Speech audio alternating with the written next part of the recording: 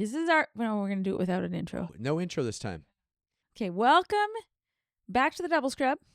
National Public Health Week. National Public Health Week. And we have a really good episode for you on the heel of our spring break episode. Yeah. The issue today is about a viral video of a woman who was ordered to undergo a C-section by court order.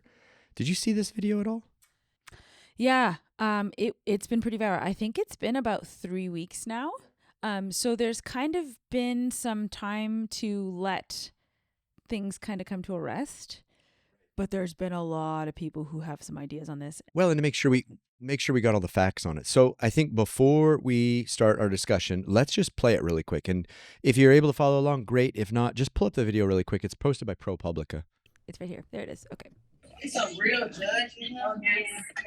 My name is Michael Khalil. I'm a circuit court judge here in Jacksonville, Florida. The state of Florida has filed a petition for declaratory judgment. They're asking for an emergency C-section be granted by the court. I have not had a chance to be able to consult with my own legal representation, and I'm trying to understand how you are taking my rights away as a patient to be able to decide my own care, to give me an emergency C-section against my will. But let me ask you about that. What about the risks to the child? Anytime you go into childbirth, whether you do a vaginal or a C-section, there's inherent risk to the mother and the baby. I have other children out here in the world that need me. If I die from a C-section, nobody on this call is going to take care of my children. Well, you have a new doctor coming on.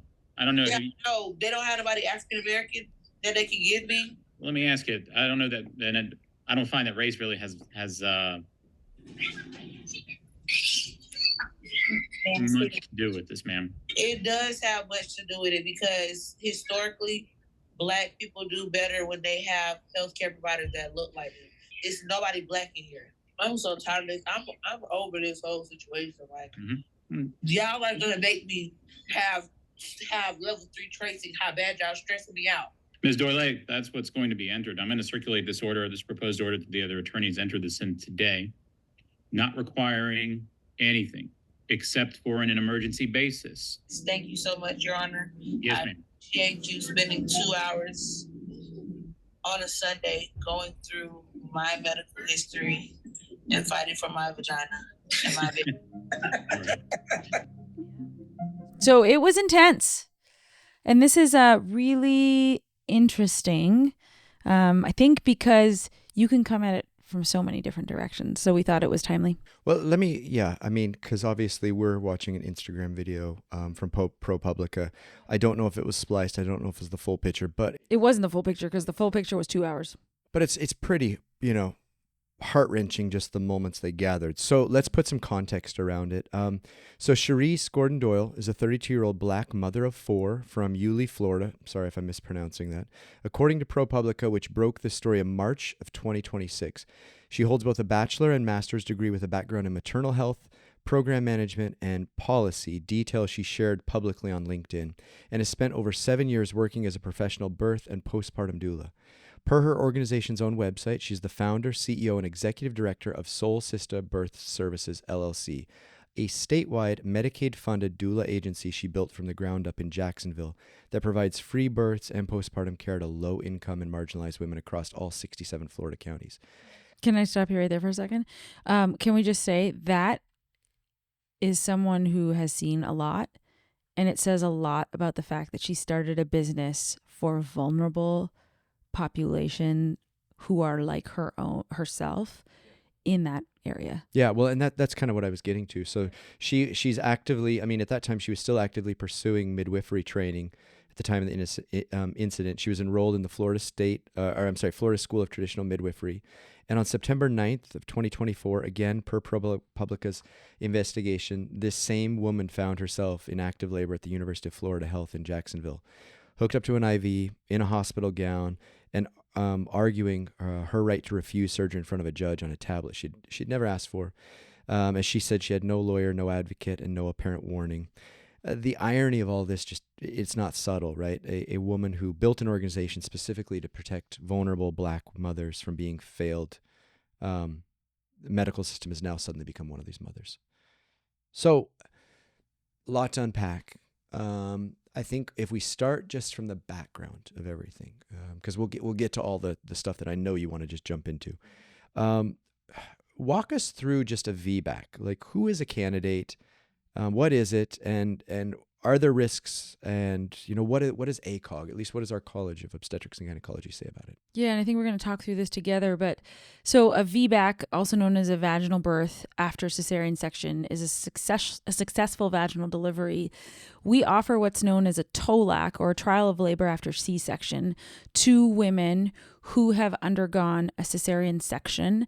And if we're offering the trial of labor after a C-section, it's specifically for women who have had one or maximum two previous cesarean sections. They need to have had a low transverse incision on their uterus. We don't usually recommend them if they've had previous surgery on their uterus, for example, a removal of a fibroid.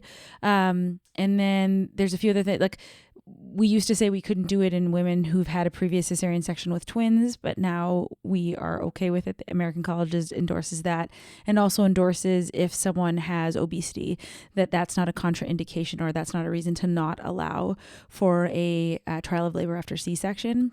What I think is the most important thing with a trial of labor after C-section, or to result in a successful vaginal birth, is shared decision-making and a conversation between the doctor and the patient. And I'm not kidding. Like, I have the conversation from the time that they start prenatal care, and we reevaluate it all the time. Yeah. So for her, she had 3 previous C-sections. Imagine she was your patient. When would her counseling start? What would it look like? So generally, we have a confirmation of pregnancy appointment where we confirm that the patient's pregnant, and then we bring you in for a first obstetrics visit. And at the first obstetrics visit, I mean, that is really the one where we, myself as a OB/GYN is sitting down and saying, all right, let's go through your previous deliveries in detail. Let's talk about your risk factors. Let's talk about risk factors in terms of that could harm to yourself or harm to the baby. And okay, let's talk about what happened. Let's say you had a previous C-section. Why did you have that previous C-section? What was the reason for it? And also, what type of C-section? And if I don't have it within my own organization, I'm getting the operative notes to make sure that I've verified that. And then we talk about kind of their expectations for what they want for their future and for this delivery. And often, some people are on the fence about, do I want a trial of labor or do I want a C-section? And usually we just continue to discuss it at pretty much every visit, right? And we talk about the great things about a trial of labor after C-section, which leads to a VBAC, which is that if they had one C-section and they want to have maybe 3 or 4 children, a successful vaginal birth would allow them to have potentially less morbidity and mortality, because we're not having to do a repeat C-section, scar tissue, bleeding, those things. And then we discuss the risks associated, which, is sometimes the elephant in the room, is the risk of uterine rupture, which is low, and it's rare, but it happens. And if it happens, we talk about the increased risk of mortality or death to the mom and the baby. Exactly. It's catastrophic. I mean, the short of it is, from my view, is like, she wasn't a candidate, right? Like, I mean, she had 3 previous C-sections, and we don't know the exact reasons why. There's some sort of discussion here in a little while, but we don't know the exact reason why. We know that she was obese. We know that, like, risk factors, when we talk about at-risk women, like actually giving her a VBAC, allowing her to move forward with it, in some ways could be argued, actually, that is malpractice. You should not be offering that because you're putting her and the baby's life at risk. And the other thing that's really important, that again, these are things that are like not discussed on Instagram and otherwise, but women who are potentially having C-sections after, 2 and 3, or having a C-section after you've started to try a trial of labor, their risk of so let's say someone comes in and we're trying a trial of labor and it's not working, meaning either, the baby's tracing is concerning, or, the cervix is not changing, whatever. And now the patient needs a C-section after being in labor. their risk of complication in that surgery is actually higher. And I think that's a nuance that is missed, right? That actually now she does have a higher risk of injury to the abdominal organs. She has a higher risk of bleeding. So these are things really that's important, like Scott was saying, in these visits, saying like, we understand that these are the risks and the benefits, and through shared decision making between the patient and the doc, I think it's really important. Well, and not that this is a good reason, but it does give some validity to why, we feel that the risk is so high. Many insurers and many hospitals, especially like rural hospitals, we don't do VBACs because the risk, although low, when it does happen, the uterus, that wall, when it tears open, it starts bleeding. And we hope the bleeding is coming from mom because mom has a larger reserve. But if it starts tearing into that placenta or causing an abruption, we start losing fetal oxygenation or maybe even fetal blood, in which case then the time from that event to the baby dying or mom needing blood transfusion or even mom dying is very... And even successfully going from that to the operating room is minutes. Is very fast. So like you have to be able to be at a center where there's in-house anesthesia, in-house OBGYNs, in-house surgical teams, so that if the decision's made, hey, we have a uterine rupture, we're running to the back and we've got the baby out in minutes. And if you can do that, then I can see the argument for it. I mean, like where we trained, there was VBACs. Oh, yeah. I mean, where I am right now, we do VBACs. And what it is if someone comes in for a trial of labor after cesarean section, the entire team is notified, and then the team comes in, all of us, at a specific time, and we're all in-house until that baby delivers. And because even though the risk is low, and Scott will quote it, but if you've had 1 or 2 previous C-sections with a lower uterine scar, your risk of an abruption is less than 2%. The numbers I was seeing was 0.5 to 1%. So we're talking like 1 in 100 to 1 in 200. But if you're that one... But we also don't want to roll the dice on 1 in 100 and 1 in 200. A baby is a baby at the end of the day, and a mom is a mom. Let's move to this incident itself. I mean, when you watched that video, what was your gut reaction as an OBGYN? Did you feel you were on the medical team side? Did you feel you were on the patient side? Were you a little of both? Like, what were your first thoughts? I was really emotional because I think so, especially with medical care in this country right now, there's a lot of people who, we live in a very diverse population. And I think I see some of the injustice and the racism that people feel because I see it. Like, I mean, I had a case this last week that reminded me so much of this, and it was like horrific that, the mom could have died. And I think it was seriously like, because there was a language barrier. So I think my fear is like, was this partly... I think I feel for both teams, but I think hearing from this woman, she made a very good point. And as a mother, it really did pull at my heartstrings a little bit. She's like, if I die on the table, who's going to take care of my kids? You aren't. And it's true, right? And she didn't have legal representation, which I think is completely inappropriate. If you are going to, on a Sunday, call in an ethics committee and your entire legal team and a judge, she has a right to an attorney, and you didn't give her that. That was really hard for me because I'm like, what year are we in? Well, and I don't know all the context around it. Again, but she didn't get legal representation. We know that. Seems like a big faux pas on the hospital side. Like how is the hospital legal team? You're going to take the time to get a judge. You're going to take the time on a Sunday to put together. I wanted to count the number of little people in the video screen. I think there was 12. There was 9. At least 12 people I saw. I'm like, okay, so we've gathered up all of these people. We didn't gather one person for her side. And not just that, but then the vulnerability. I mean, yeah, could you make a decision while you're in labor? Like, we take care of women in labor every day. And whether it's your first time or your 5th time, there is a level of fear. And there are situations where people don't have a support person.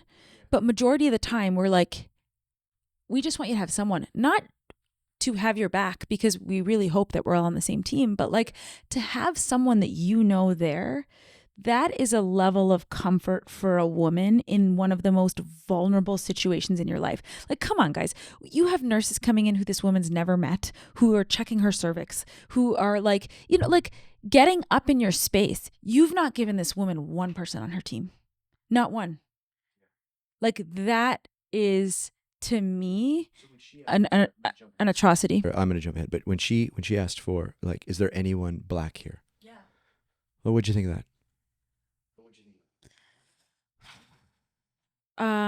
In her state, in the state of Florida, in the South, because the maternal mortality rate is so much higher, and there's been studies on studies showing that Black women are underserved. I mean, even let's go back to the video just a few months ago of the woman who precipped in the triage. There was a situation that happened. It was a Black woman and a white nurse. And, so I don't blame her. And I understand it's a difficult situation, but the fact that she knew. Well, I just thought she was so eloquent in the way she voiced that opinion, because I understood where the judge came from of like, oh, I don't see color. It shouldn't matter here. But to go back to what we were saying before, well, you had 12 people there and all of them are medical. All of them are legal. All of them are from the hospital, and not a single person black. And even if not even black, there was no one colored in that. Right. I mean, this is where it's just kind of like, well, okay, let's take it a step out. If it was a room full of men and it was just a woman, like, would you care about that? If it was the other way around and it was a white woman and it was all black women, would that have mattered? And I will say as a I could see where she was coming from. That was my point, is that she was making a very valid point of, if we're going to, because my initial take on this was like, how did we get here? And if we're going to be able to communicate with people and whatever I'm saying is not getting through to a patient, then it's time for me to call in someone else. And if she needs to hear it from someone of her own race, her own sex, because sometimes that happens with me as a guy. You're telling me we couldn't find one person in the state of Florida online on a Sunday that you couldn't call a friend at a neighboring hospital? There wasn't one Black doctor on that entire hospital team. Maybe they weren't an OBGYN, and I would be okay with that. But she might have been okay if you brought in a Black nurse, a Black PA, a Black doctor. She might have been okay if the person was brown. Well, and I find too, like when we're in these, and you belittled her. When we're in these situations where there's a communication hang up, like I'm speaking from the medical side now of trying to argue, hey, look, the risk is not worth the reward. The juice is not worth the squeeze. You've already had 3 C-sections. You haven't proven your pelvis. You're obese. If we get into emergency, it's going to be really hard for me to get down to that baby and save your baby's life if we run into trouble. If I can't get through with that argument, then yeah, like call in a favor. Like there's no one she connected with, like not a single nurse, not a family member of hers. Not even nurse. Do you not think that there was not a team? Okay, let's say University of Florida. We should have looked this up, what level they are, because if they're a level 2 or a level 3, like of obstetric care, that means they have more than one doctor in the entire community who's on call. You're telling me if I was in that situation and I had a team of 5, 6, 7, 8, 9, 10 people who rotated through, and I ran into that situation, I'd be phoning a friend and saying, what do you think about this? And this is where I don't know what happened. And there's so many questions that we do not know. From a medical standpoint, I completely agree with you. It would be a matter of like sitting at her bedside and saying, let's talk about it. Tell me where your fears are. Tell me what's happened previously. And truly, she's not wrong in saying, if my category tracing is okay, I don't have to rush back right away. But it also gives you a window of opportunity as a physician to say, all right, I'm supposed to be captaining this ship because you are. Who do I need to call to help here? Mm-hmm. Okay, so you've made all your phone calls. You have done everything to explain your side of things. Informed consent is our foundation as physicians. How do you reconcile this situation where, she is definitely competent. She's able to articulate exactly what she wants and why, so she's informed, and she's refused. So you've done your best to inform the patient on what you think is right. I don't want it. How do you reconcile the fact that then a judge can come in and be like, well, it didn't really matter about that whole informed consent thing because we're going to do what they wanted to do anyway? I don't know how you reconcile it. I think medical legally. Yeah, I mean, is there a point for informed consent? I guess at the end of the day, if you're quote unquote going by what the medical dogma is, or the medical, like, this is the route, like, this is what's best medically. But I would argue that I would argue something fell off the wagon here, and here's why. Yeah, obviously, right? I mean, sorry, I know it's superfluous, but there was a situation in a hospital that I worked at about a year and a half, maybe 2 years ago, where I think this is the other thing, we need to be culturally sensitive to this. Like, we have a lot more people who are maybe here from different countries, and so we also have to understand that there's going to be different philosophical and religious processes, and this is where I think really understanding our patients and making sure that they understand. I understand you're coming from somewhere else. You need to understand what the system here is. How can we marry the two, right? So I had a patient who, it was my partner's patient, but we had a situation where the fetal tracing was worsening, and at the end of the day, this couple's idea was, this is God's will. Can you imagine? Like a really bad fetal tracing. And at the end of the day, the ethics committee said it truly is up to them. Because I think the way, and again, I would love someone who's legal to weigh in on this, but I think the way it works is like, you cannot make someone have a C-section against their will.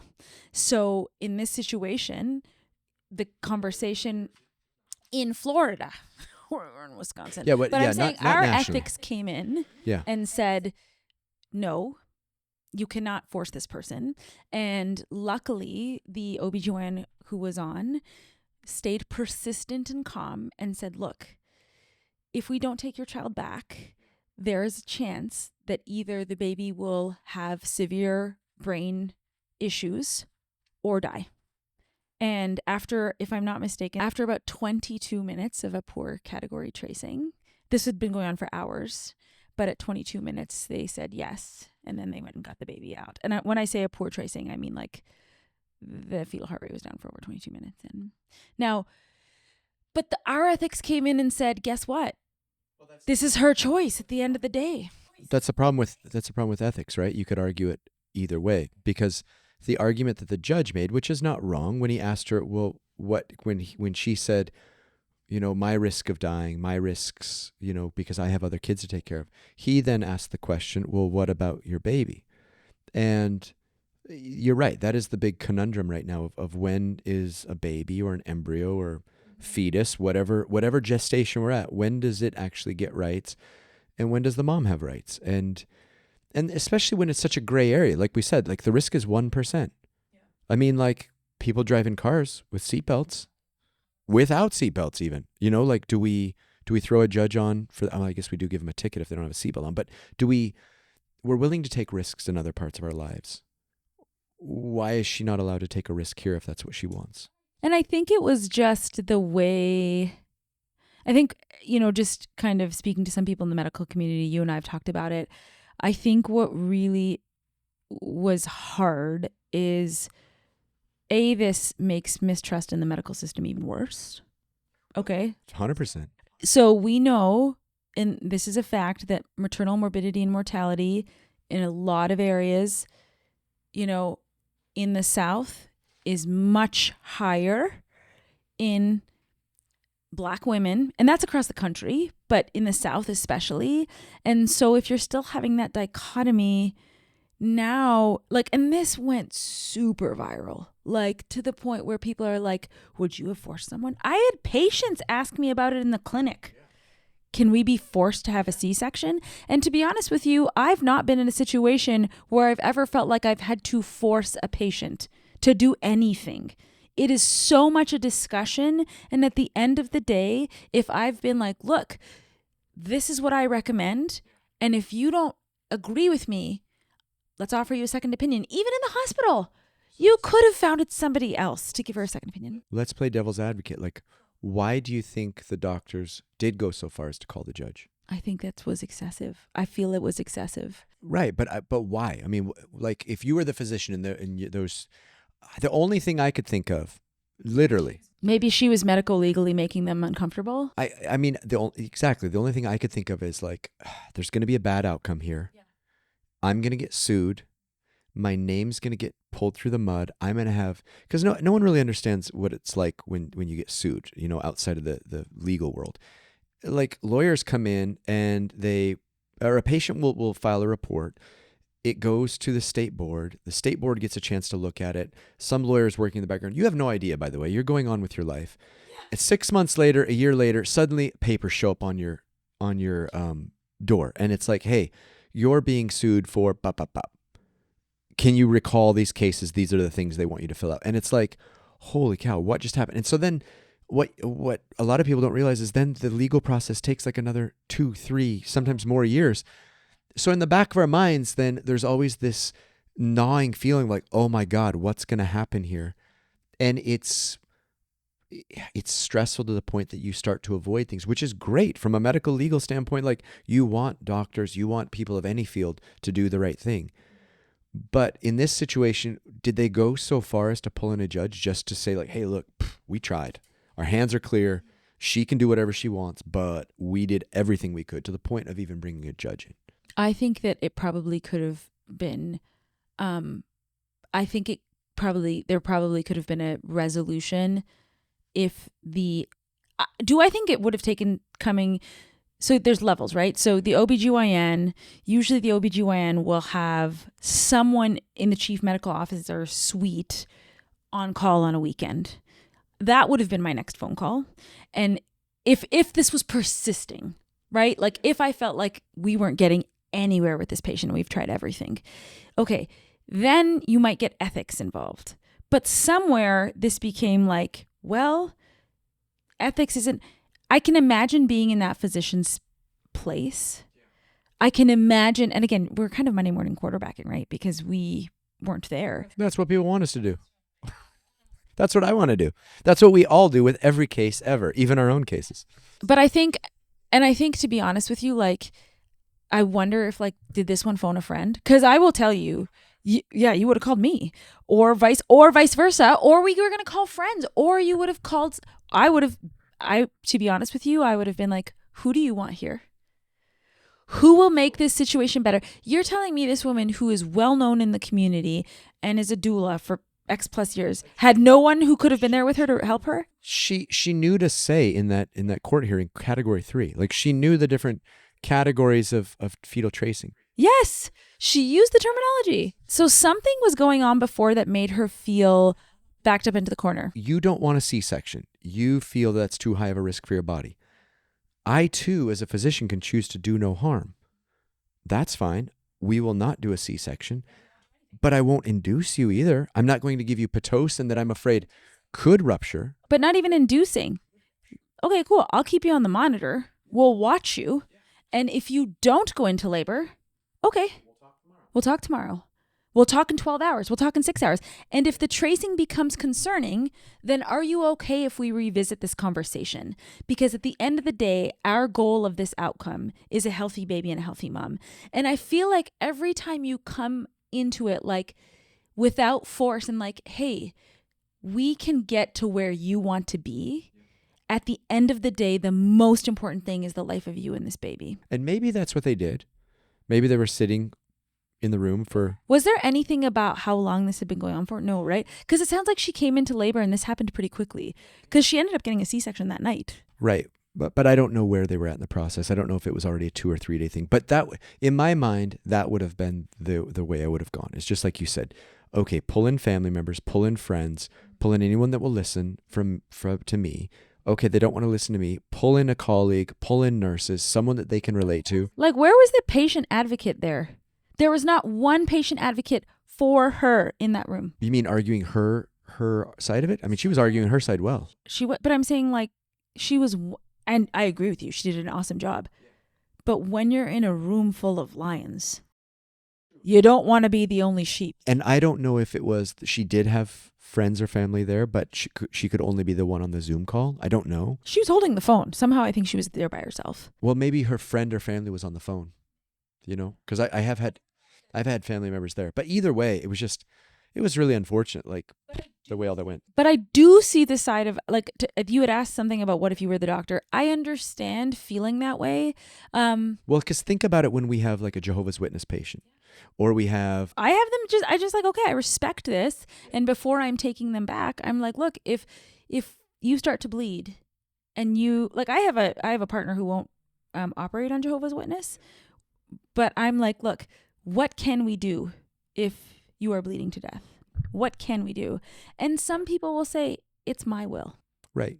In which case, then I agree with your partner. And as humanity, shouldn't we respect what they want? Totally can. But then from your partner's standpoint, there are certain cases where I'm like, well, this is actually a higher risk. Now, most of our cases, luckily, are very low risk of bleeding. So most surgeries, I'll be like, yeah, no problem. We'll do it. We're always cautious. So, and there's ways around it too. Like if it is a super high risk, we can say, okay, with medical technology nowadays, let's say we think someone's going to have a severe amount of bleeding in a hysterectomy. We can say, okay, look, should we medically manage you, or should we do something differently instead? But Jehovah's Witness patients can decline. Cancer patients can decline. But why couldn't she? And the only thing I can think is, patient rights versus fetal rights. Are they going down that road in Florida? Which it turns out they are. Oh yeah, tell us about it. I was going to say, do you know what the fetal rights are in this? When do maternal rights and fetal rights begin? There's no clear legal or ethical line, but it turns out they are trying to introduce legislation there for fetal rights, specifically for these type of situations. So yeah, and now how far it makes it, because bills can be introduced, it doesn't mean they actually make it through a state courthouse. But if that were to pass, like, how would that change? Who would decide what's best for the fetus then? Would it be the physicians? Would it be a judge? I mean, in this situation, this seemed to be a perfect case to see what would happen if a fetal rights bill were to pass. That suddenly then you really don't have patient rights anymore. I think my concern with a fetal, I can see both sides of the coin. I think a fetal rights bill would need to be extremely clear, because truly we want to, let me get this thought out. Clear in the sense that it can be used to the advantage of potentially a surgeon. We want to believe that everyone's doing what's in the best interest of the patient.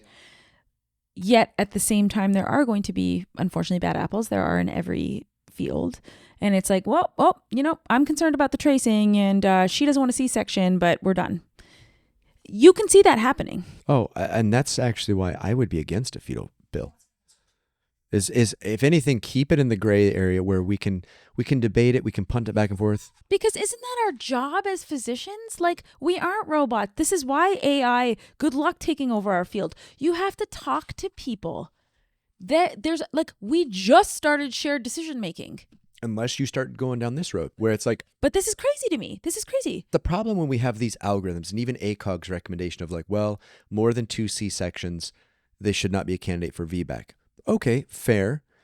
But what if you've got a outlier like this patient who's like, I want to give it a shot. Okay, you know all the risks, you know all the benefits. And now we have level 4 NICUs. We have programs in the country who specifically do surgeries for people who are like having a CREDA. So you know what? You tell her, cool, you want to try this? We're going to allow you to have a shot at a high level center. There's no way University of Florida, I mean, we really should put this in show notes, is not a level 3 at least, and had in-house anesthesia and everybody else. The fact that they could pull that big of a team together for a Zoom call on a Sunday? We'd have like one person. Maybe if we were lucky, like in rural, And I don't want to say this, but sometimes that's my concern with some of the bigger centers. It's like there's too many cooks who can get into the kitchen. And then it's like you've actually lost sight of what the real problem is. Like you've completely destroyed that relationship between patients because imagine what happened in that community. Can you even imagine the uproar? Well, it's like you said with the people that reached out to you. Like, wait, would you be one of those doctors that takes my baby, like that makes a decision? I remember there was one case, and it was the only one of my intern year in Rochester, New York that I remember. And the doc was terrified of being sued. I just knew that because he had his lawyer on his phone. The patient had refused a C-section, and it was because the baby was breech. So we were doing a breech vaginal delivery, which again, super low risk, but if that head gets entrapped, it's a dead baby. And so, he's terrified, not from the standpoint of can he do the motions of it. Of course he could. He was a very good surgeon, very good doctor. But if we get so far that suddenly this patient changes their mind and we can't, am I medically legally covered? And we didn't have a Zoom call. We didn't have anything, but he did have his lawyer literally. And it was someone from the hospital on the phone talking through everything. And they were talking about at what point, again, the fetus becomes, it has its own rights. I mean, it was the craziest thing. It was this debate about like, well, once it gets above the jawline to the ear at that point, or the neck. Like, is it breathing on its own or something? Then it's technically its own being and you can rush back to the OR. And now luckily none of that happened. It was a beautiful breech vaginal delivery. But it was just like, oh, so we've been debating this for a while. It's been going on. And kind of on that thread, a little bit outside of this case, but down the same medical legal vein, I think that you brought up a good point even earlier. Like, when there is a concern for a doctor to get sued, people are like, sued every, it's a big deal. Because at the end of the day, as a physician, our life's work is tied to our ability to work. And when you get a lawsuit that you either settle or you lose, and some of the things that we've heard, we get our monthly news from our boards respectively. Like, some of this stuff can be career ending. We know that there was a situation I think 2 years ago now in Atlanta, the lady with the situation where the shoulders got stuck. And yeah. Oh, I do. Like, I don't think that, like, she was getting death threats, number one, and I'm pretty sure she'll never practice again. So we have to also recognize, do I think the emancipation of the patient to make her own decisions is extremely important? I think as a physician, as an OBGYN, when we're dealing with this, life and death daily, and everyone sees mostly the good outcomes, it's the bad outcomes that really affect your decision making. And so part of me is like, maybe this doc, I'm trying to play devil's advocate on the other side of the doc too. Maybe this doc's been in this situation before and he's like, nope, not, or he or she's like, I'm not doing that again. We didn't think about that either, right? Like, maybe it was that. Maybe he was like, I need to protect myself in this situation. I still think the whole fetal bill thing, like, I am not okay with it, because at the end of the day, well, what's its goal? Do you know what I mean? Like, I actually don't know, to make it almost more litigious. Like, I don't know. Or, I mean, unless it's, another, abortion bill hidden in disguise. But I worry more about, well, I worry more about, let them debate that side of it. But I worry more about the other end, where it's like, okay, we have a healthy, almost born infant. Are we going to start pushing on mom's rights? Are we going to start, again, eroding more of that confidence between physicians and patients? And as you do that, then no wonder we see more home births. No wonder we see more, people going to alternative forms of medicine, when it's like, we can't even have conversations and say like, hey, you know what? Like, you're not wrong. Like, you could do this. It's a very low risk. We don't recommend it. These are our guidelines.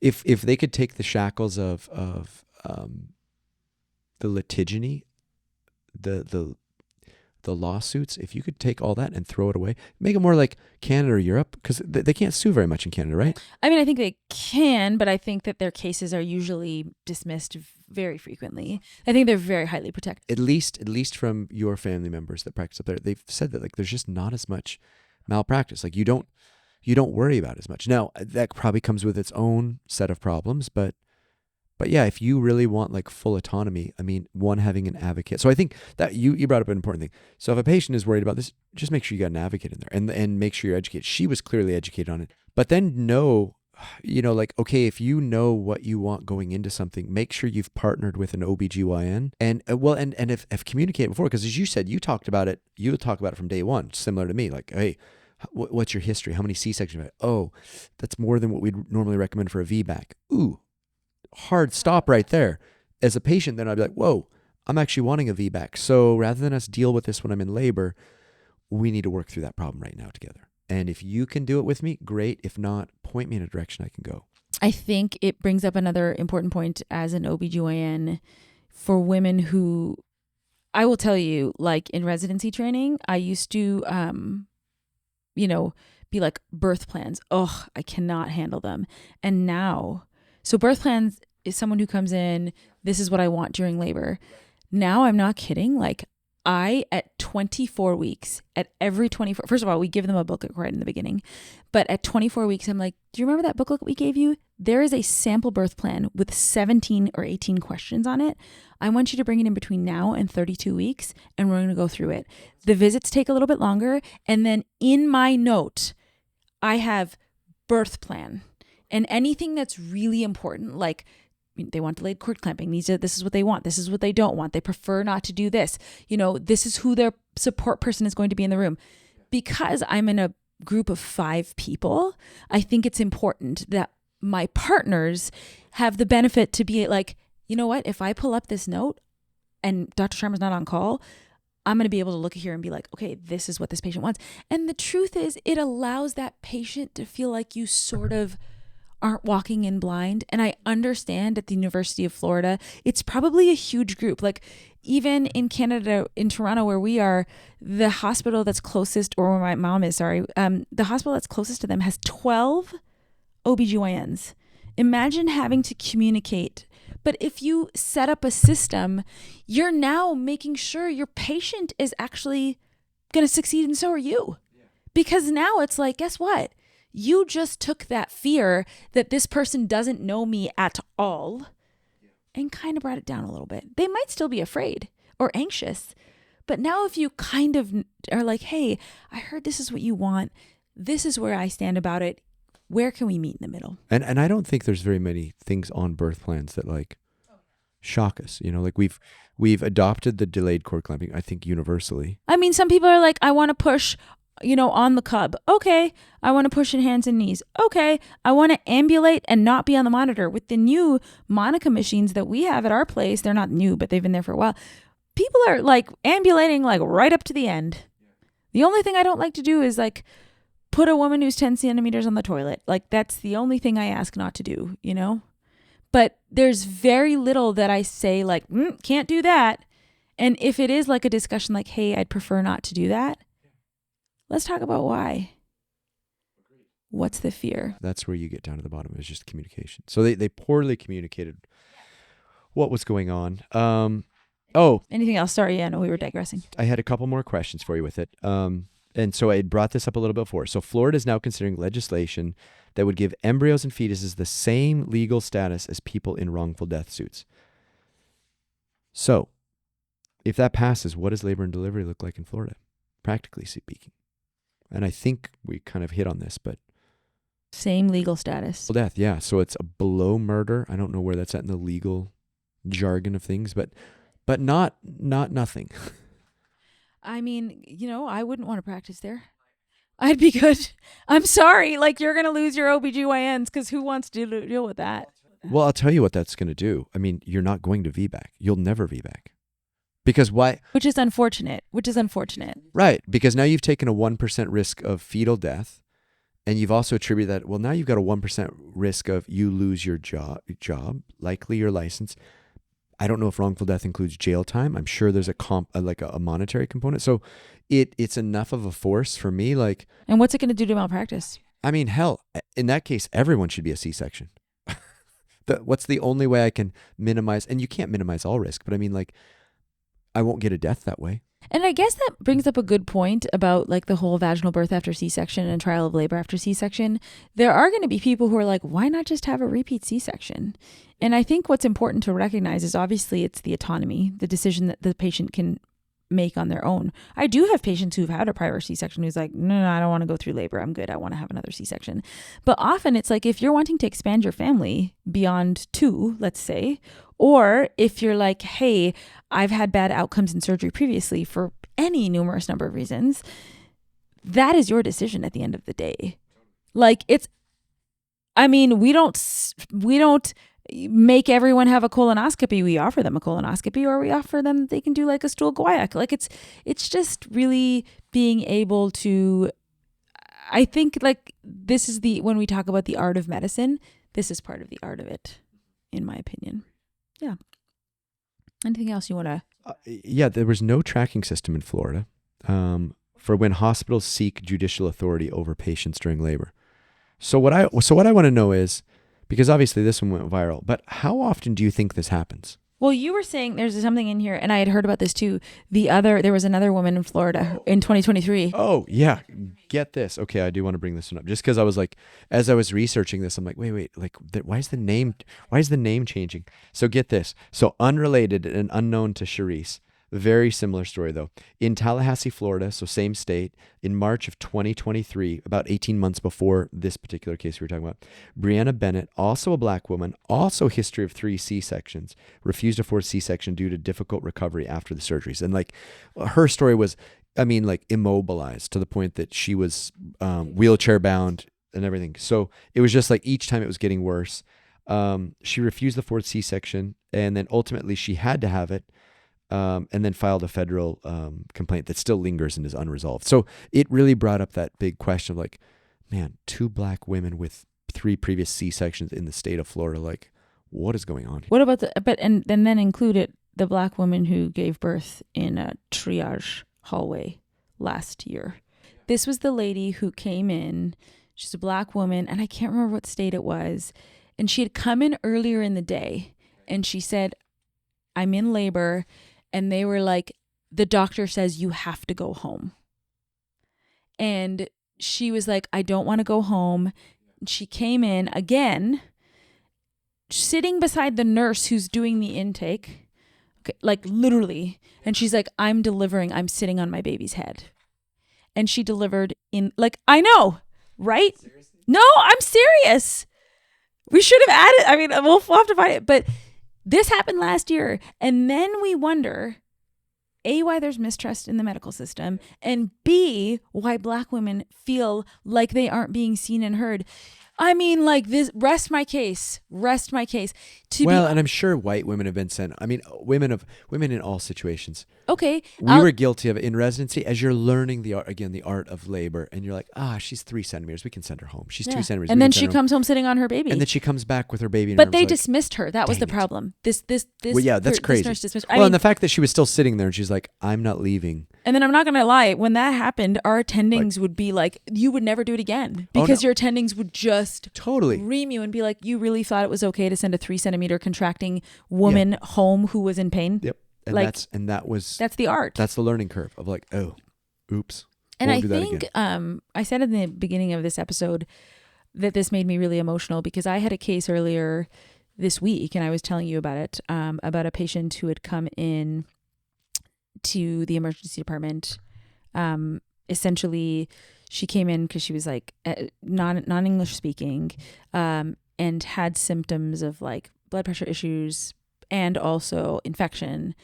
Diagnosed her with something, sent her home. She came back several days later with high blood pressure again, and now ended up with a worsening diagnosis, and was like, OBGYN was never contacted.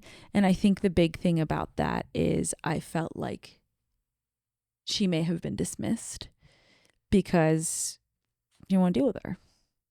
And my fear is, we understand acutely. We both work in rural healthcare. Spanish is the second language in this country. So like, we need to be able to, if you're going to go into this field, you just need to meet people where they're at, and you need to look at people and say, how am I going to treat the person?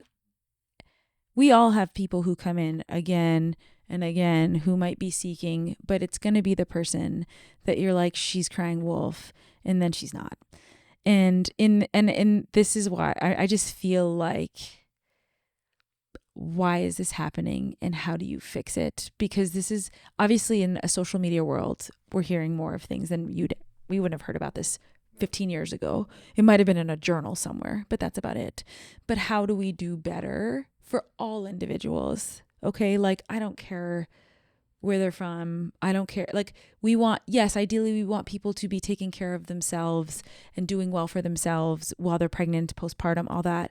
But when something comes in, you are here, like you've said, I've said, your mentors have said, our mentors have said, like, we're here to serve, take care of people, respect people as human beings. Couldn't have said it better. Is that how we want to end? Got to communicate, people. I like that. So thank you guys for tuning in today. Yeah. And if you have questions or comments on this, if you want to follow up, if you have follow-up questions, leave us comments and questions and check us out. Subscribe. Let us know what you think. Thanks for tuning in. Bye.